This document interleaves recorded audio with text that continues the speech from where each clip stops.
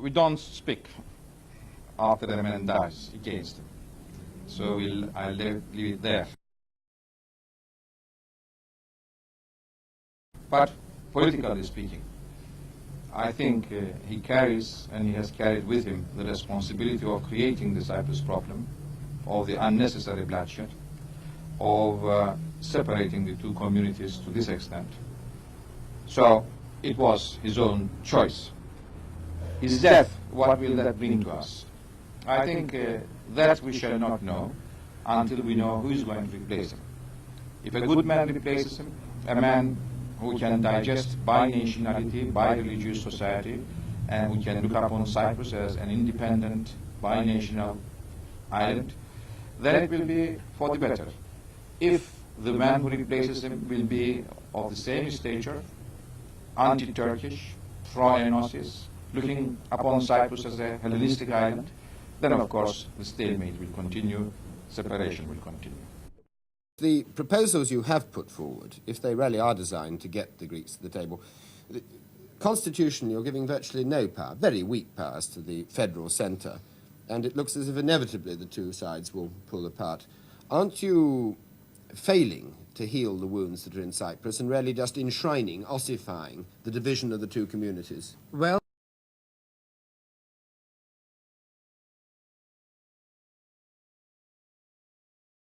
I would say no. We are trying to heal the wounds, but it's a good thing that you have accepted that the wounds exist. Well, they do on both sides. On both sides, of course.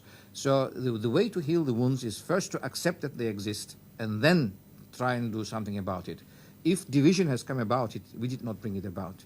For 11 years, it was the Turkish side which suffered, and suffered a lot, lost a lot, was hurt a lot. But so what we are now proposing is that the two sides should put bridges across to each other and start slowly. I don't agree that the powers we have given to the central government are almost non-existent or very weak. Foreign affairs are there, monetary affairs are there, customs are there, a lot of coordinating powers and factors are there. So it is, to my mind, a substantially reasonably good central government. Let me take you to the question of territory. Now, you're claiming or demanding or asking to keep, and militarily and geographically you have the power in the island to keep what you want at the moment. You're claiming more land than you had before. What justification is there for that? Well, I don't agree that we are claiming more land than we had before. I have agreed with Archbishop Makarios in January 1977 that the territorial aspect would be decided on certain criteria. Land ownership is one of them. Security of the Turkish community is another. Economic viability is another, and so on. These criteria, when applied, will show to you that we are not claiming to hold more land than we had before. Well, you're certainly claiming considerably more than the proportion of the population which you make up. Well, unfortunately, before 1963. 1963 is the date when we were attacked, and that attack was continued until 1974. Before 1963, we owned 32.8% of the land. When they attacked us and they took over from us 103 villages to which we were not able to return until 1974, the land ownership was not changed, but actual use was changed. The important thing is population, people. I mean, the number of Greek Cypriots who were moved as a result of the Turkish intervention or invasion, losing their livelihood, was very great.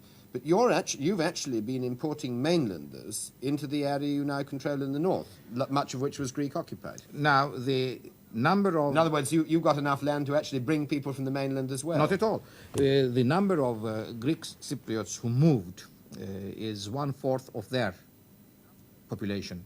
The number of Turks that moved, that had to move from south to north in order to find security and liberty and so on, which was denied to them for 11 years, is half of the Turkish community. The Turkish mainland workers that were introduced into Cyprus were introduced at the time when half of this population, Turkish Cypriot population, was still in the south. So we needed labor. What did Britain expect us to do? To accept Greek Cypriot domination, to be colonized by Greece? But Of course we can't. But what difference is this going to make on the island? It has given us the identity of which we were robbed and was not being given to us, although we persisted at the talks to get it. Our identity was robbed. We were publicly declared by the Greek Cypriots